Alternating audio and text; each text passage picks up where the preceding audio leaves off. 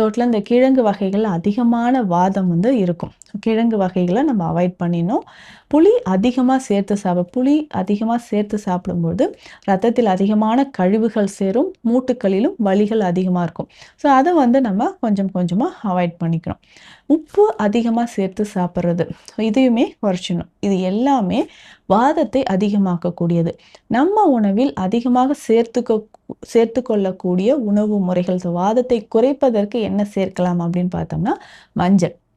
மஞ்சள் பொறுத்த வரைக்கும் வாதத்தை நிச்சயமாக அது குறைக்கும். சரி, இப்போ இந்த மஞ்சள் எப்படி நம்ம பயன்படுத்தலாம்? மூட்டுக்களில் வலி அதிகமாக இருக்கும்பொழுது பற்று மருந்துகளை நம்ம பயன்படுத்தலாம். சித்த மருத்துவத்தில் மரமஞ்சள் பற்று அப்படின்னு ஒரு மருந்து இருக்கு. என்னன்னா, மரமஞ்சள் அப்படின்னு சொல்றது மஞ்சளோட ஒரு வகை. பொதுவாக வாத நோய் இருக்கக்கூடியவங்களுக்கு மரமஞ்சள் குடிநீர் அப்படின்ற ஒரு மெடிசன் இருக்கு. குடிநீர் அப்படின்னா கஷாய மருந்து.